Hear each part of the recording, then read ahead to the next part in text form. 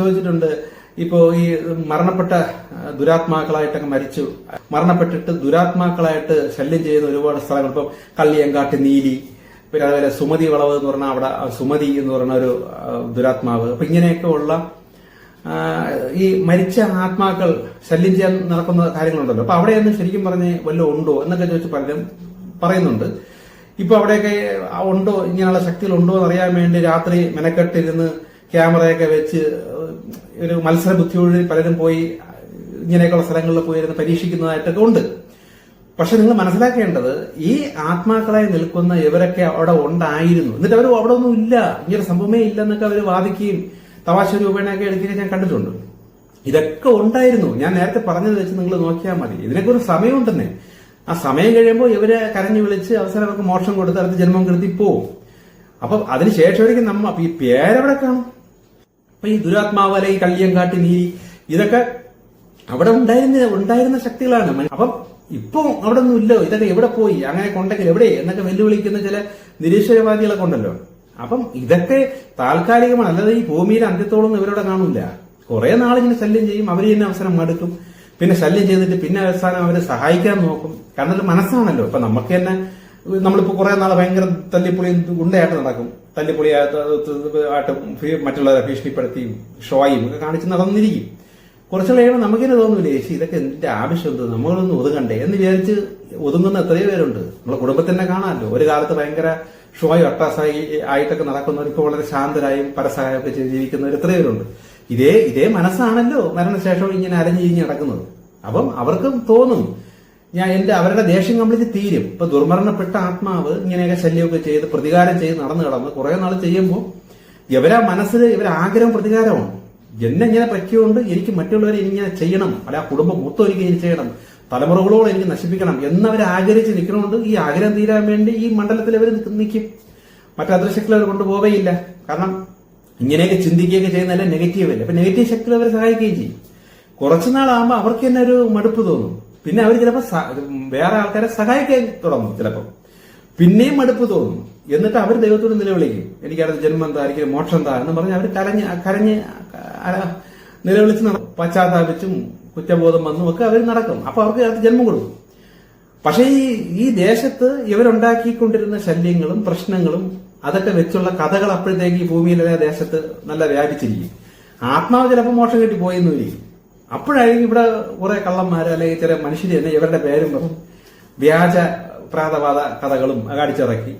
ഇനി ഇവരുടെ നിന്ന് പോയാലും ഇതേ പേരും പറഞ്ഞ് ചില ആശ്വരിക ശക്തികൾ ഇത്തിരി ചെറിയ ശല്യമൊക്കെ ചെയ്ത് പിന്നെ അവിടെ തന്നെ കാണും. ഇവർക്കൊരു രസമാണല്ലോ ഇത്. ഈ പൈശാചിക ശക്തികൾക്ക് തമാശയാണ്, മറ്റേ മനുഷ്യരെ എങ്ങനെയായിട്ട് ബുദ്ധിമുട്ടിക്കാൻ. അപ്പൊ ശരിക്കും ഈ ദുരാത്മാവിന് ഇവിടെ നിന്ന് മോക്ഷം കൊണ്ടു പോയാലും ഈ ശല്യങ്ങളൊക്കെ ഇവിടെ നിന്ന് കറങ്ങി തിരിഞ്ഞ് ഇവർക്ക് പകരമായിട്ട് ഇവരായിരിക്കും വന്ന് ശല്യം ചെയ്യുന്നത്. കുറച്ചാൾ കഴിയുമ്പോഴത്തേക്ക് ഈ ഇവരെ ശല്യവും മതിയാക്കി പോകും. പക്ഷെ ഈ നാട്ടുകാരും ഈ കഥയൊക്കെ പിന്നെയും ഫ്ലാഷ് ആയിക്കൊണ്ടിരിക്കും. ഇപ്പോഴും ആൾക്കാർ ഇതിനെ പേടിച്ചുകൊണ്ടിരിക്കും. അപ്പോഴായിരിക്കും ഇങ്ങനെയുള്ള വ്യക്തികൾ അങ്ങനെ ഒരു ദുരാത്മാവ് ഉണ്ടെങ്കിൽ നമുക്ക് കാണണം എന്നൊക്കെ പറഞ്ഞ് ക്യാമറയൊക്കെ വെച്ച് നിൽക്കുമ്പോൾ അവിടെ ഒന്നും കാണൂല. ശരിക്കും ഇതൊക്കെ പോയി. ഇവിടെ ഉണ്ടായിരുന്നു എന്ന് വെച്ചാൽ ഇതൊക്കെ ഒരു കാലത്ത് ഉണ്ടായിരുന്നത് തന്നെയാണ്. ഇപ്പൊ ദുർമരണപ്പെടുന്ന എത്ര പേരുണ്ട് ആത്മഹത്യ ചെയ്യണതും അതൊക്കെ അവരൊക്കെ ഇനി അവിടെ തന്നെ ശല്യത്തിന് കാണുമല്ലോ. നിങ്ങൾ ക്യാമറയും കൊണ്ട് ഈ കാട്ടിനകത്തും പഴയ ബംഗ്ലാവിന്റെ പുറകെ പോകാതെ ഇങ്ങനെ ദുർമരണം നടന്ന വീടുകളിൽ ചെന്ന് 5 ദിവസം കിടന്നു നോക്കിയാൽ അതിന്റെ വ്യത്യാസം ഇപ്പം പിടികിട്ടും. കാരണം അതൊക്കെ കഴിഞ്ഞു. പുതിയ ന്യൂ ജനറേഷൻസ് ഇപ്പം ദുർമരണപ്പെട്ടുകൊണ്ടിരിക്കുകയല്ലേ. ഓൾഡ് ജനറേഷനെ നോക്കി പോണ്ട, ന്യൂ ജനറേഷനെ അന്വേഷിച്ച് പോയാൽ തന്നെ ഒരുപാട് തെളിവുകൾ നമുക്ക് കിട്ടും. കാരണം മാരക രോഗങ്ങളും വിഷയങ്ങളും ബാക്കിയുള്ളവർക്ക് ആത്മഹത്യാ പ്രേരണയും പ്രേതബാധ പോലുള്ള ഡുവൽ പേഴ്സണാലിറ്റിയും ഇപ്പൊ ഇംഗ്ലീഷ് ലെവലിലാണ് ഇവരെ പേരുകളൊക്കെ ഉള്ളത്. അപ്പൊ ഇംഗ്ലീഷ് ലെവലിലുള്ള ചില രോഗങ്ങളൊക്കെ അതേ കുടുംബത്തിൽ നമുക്ക് അറിയാൻ പറ്റും. ശരം മൊത്തം വ്രണം പോലെയും ചിരങ്ങ് പോലെയും ഇതൊക്കെ ഈ ദുരാത്മാക്കള് അലിഞ്ഞു തിരിഞ്ഞുകൊണ്ട് ബാക്കിയുള്ളവരെ ശല്യം ചെയ്യുന്നത് തന്നെയാണ്. അങ്ങനെയുള്ള ശല്യങ്ങളൊക്കെ ഇപ്പോഴും ഉണ്ടല്ലോ. അപ്പൊ ഇതാണ് ഈ മറ്റേ ഡയമെൻഷനിലുള്ള ഈ കാര്യം.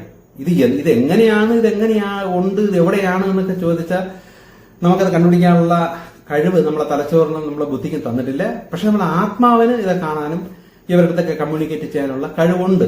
ഇപ്പൊ എന്റെ അനുഭവത്തിൽ തന്നെ ഞാൻ ചില സമയത്ത് ചില രാത്രിയൊക്കെ ഉറങ്ങി ഒരു ഹാഫ് ഉറക്കത്തിലൊക്കെ ഇങ്ങനെ പ്രാർത്ഥിച്ചിരുന്നിരുന്നിരുന്ന് ആ ഒരു ലെവലിൽ എത്തുമ്പോഴൊക്കെ ചിലപ്പോ ചിലര് കിടന്ന് അങ്ങോട്ടും ഇങ്ങോട്ടും ചീത്ത വിളിക്കുന്നത്, വഴക്കുകൾ കൂടുന്നത്, പലതും ഇങ്ങനെ വിളിച്ചു പറഞ്ഞതൊക്കെ ഞാൻ കേൾക്കാറുണ്ട്. ഇത് എവിടെ കേട്ടു? എന്റെ ചുറ്റോടും അങ്ങനെ ഇല്ല, അങ്ങനെ ബഹളമൊന്നുമില്ല. ഈ കണ്ണു തുറക്കുമ്പോൾ ഒന്നുമില്ല. പക്ഷെ ഇതെല്ലാം ഞാൻ കേൾക്കുന്നുണ്ട്. അപ്പൊ ഇങ്ങനെയുള്ള അനുഭവം വരുമ്പോൾ എനിക്ക് ദൈവം പറഞ്ഞെന്ന കാര്യങ്ങളൊക്കെയാണ് ഞാൻ ഈ നിങ്ങളടുത്തൊക്കെ ഷെയർ ചെയ്യുന്നത്. ഇതൊക്കെ മറ്റ് ഡയമെൻഷൻ നമ്മളടുത്ത് തന്നെ ഉണ്ട്. ഈ ഡയമെൻഷൻ, ഫോർത്ത് ഡയമെൻഷൻ എന്ന് പറയുന്നത് എല്ലായിടത്തും ഉണ്ട്. അല്ലാതെ ഫോർത്ത് ഡയമെൻഷൻ എന്ന് പറയുന്നത് ദൂരെ ഒരു സ്ഥലം അങ്ങനെയല്ല. നമുക്ക് കാണാത്ത തലം നമുക്ക് ചുറ്റുമുണ്ട്. ഈ തലത്തിൽ എവിടെയൊക്കെയാണ് ഇവരിങ്ങനെ അലഞ്ഞിരിഞ്ഞ് കിടക്കുന്നത്. പക്ഷെ പട്ടിക്കും പൂച്ചയ്ക്കും ചില മൃഗങ്ങൾക്കും പക്ഷികൾക്കൊക്കെ ഈ ഡയമെൻഷനിലുള്ള അലഞ്ഞു തിരിയുന്നവരെയൊക്കെ കാണാനുള്ള കഴിവുള്ളതുകൊണ്ട് അവരത് കാണുന്നു. പക്ഷെ നമുക്ക് ആ കഴിവ് ജന്മനാൽ നമുക്ക് മനുഷ്യർക്ക് കൊടുത്തിട്ടില്ലാത്തതുകൊണ്ട് കാണാൻ പറ്റുന്നില്ല. പക്ഷെ നമ്മുടെ ആത്മാവിന് ഇവരെ കാണാനും ഇവർ തമ്മിൽ സംസാരിക്കുന്നതും ഇവർ രണ്ട് മനസ്സാണ്. അവർ തമ്മിൽ ബഹളം വയ്ക്കും, വഴക്കുണ്ടാക്കും, ചീത്ത വിളിക്കും, അടികൾ കൂടും. കാര്യം ഒരു തല്ലിപ്പൊളിയായി നിൽക്കുന്ന ആ വ്യക്തി മരിച്ച ആ ആത്മാവ് മോക്ഷം കിട്ടുന്നത് വരെ ആ മനസ്സിൽ തന്നെ കുടുങ്ങി കിടക്കണോണ്ടാണല്ലോ ഇവിടെ കറങ്ങി തിരിഞ്ഞ് നടക്കുന്നത്. അപ്പൊ ആ തല്ലിപ്പൊളിത്തനത്തിന്റെ സംസാരവും കാര്യങ്ങളൊക്കെ വരും. ഇതൊക്കെ വന്ന് സംസാരിച്ച് ഇവിടെ കിടന്ന് ബഹളം വെച്ച് അലഞ്ഞ് തിരിഞ്ഞ് മടുത്ത് ദൈവത്തോട് നിലവിളിച്ചു തുടങ്ങുമ്പോൾ മാത്രമേ ഇവരിവിടെ നിന്നൊക്കെ മാറ്റി അടുത്ത ഇത്രയും നാള് ഭൂമി കിടന്ന് കാണിച്ചതിന്റെ ശിക്ഷയ്ക്കായിട്ട് അടുത്ത കൊണ്ടുപോകും.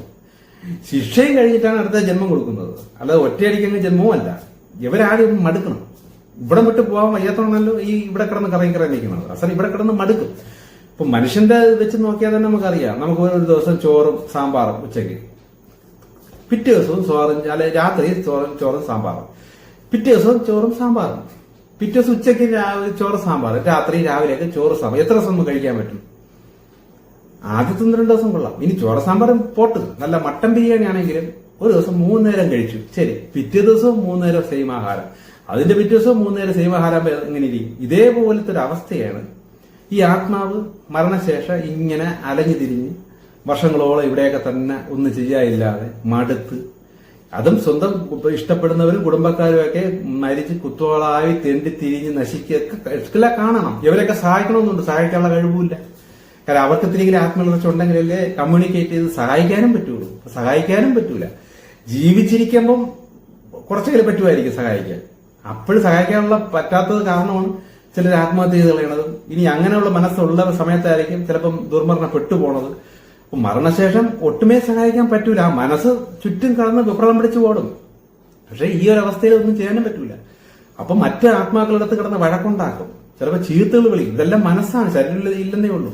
ഇതെല്ലാം നമ്മളെ ആത്മാവിനെ അനുഭവിക്കാൻ പറ്റും, നമ്മുടെ ഉപബോധ മനസ്സിന്. പക്ഷെ ആ ഉപബോധ മനസ്സുകൊണ്ട് ഇതൊക്കെ കാണുകയും അനുഭവിക്കാൻ പറ്റുന്ന ആ ഉപബോധ മനസ്സിന് ബാക്കിയുള്ള കാര്യങ്ങളൊക്കെ അന്വേഷിച്ചാൽ കണ്ടെത്താൻ പറ്റും. പക്ഷെ നമ്മളെ ബോധ മനസ്സിനോ നമ്മൾ എന്നുള്ള വ്യക്തിക്കോ ഈ 3 ഡയമെൻഷനിൽ അപ്പുറത്തോട്ടുള്ള ഒരു കാര്യത്തെക്കുറിച്ചും ഒരു തെളിവോ ഒന്നും കണ്ടുപിടിക്കാൻ പറ്റൂല. ഭാവിയിൽ അങ്ങനെയുള്ള വല്ല മെഷീനോ അല്ല അങ്ങനെ വല്ല കണ്ടുപിടിച്ച് ക്യാമറയോ കണ്ടുപിടിച്ച് ഈ അലഞ്ഞു തിരിയുന്നതിനൊക്കെ വ്യക്തമായി കാണാൻ പറ്റുന്ന ലെവലിലുള്ള എന്തെങ്കിലും കണ്ടുപിടിച്ചാൽ നമുക്കത് കണ്ട് മനസ്സിലാക്കാവുന്നേ ഉള്ളൂ. അല്ലാതെ നമുക്ക് തിരിച്ചറിയാൻ പറ്റൂല.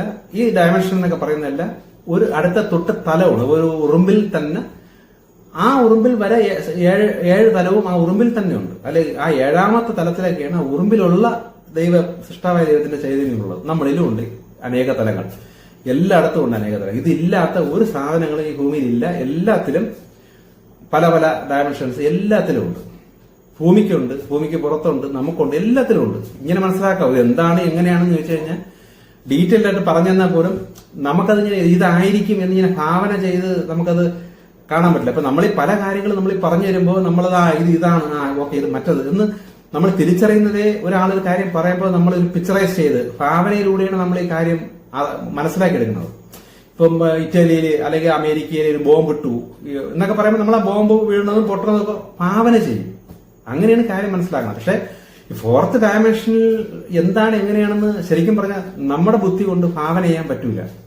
അങ്ങനെ ഭാവന വരാത്തത് കാരണം എങ്ങനെയാണ് എന്താണെന്നുള്ളത് പൂർണ്ണമായിട്ട് മനസ്സിലാവൂല. പക്ഷെ ഒരു ഉപബോധ മനസ്സുകൊണ്ട് ഒരു അബോധാവസ്ഥയിലൂടെ ഉപബോധ മനസ്സിലൂടെ നമുക്ക് പലതും കേൾക്കാനും കാണാനും പറ്റും. ഓക്കെ, ഇനി ചില കാര്യങ്ങളൊക്കെ അടുത്ത്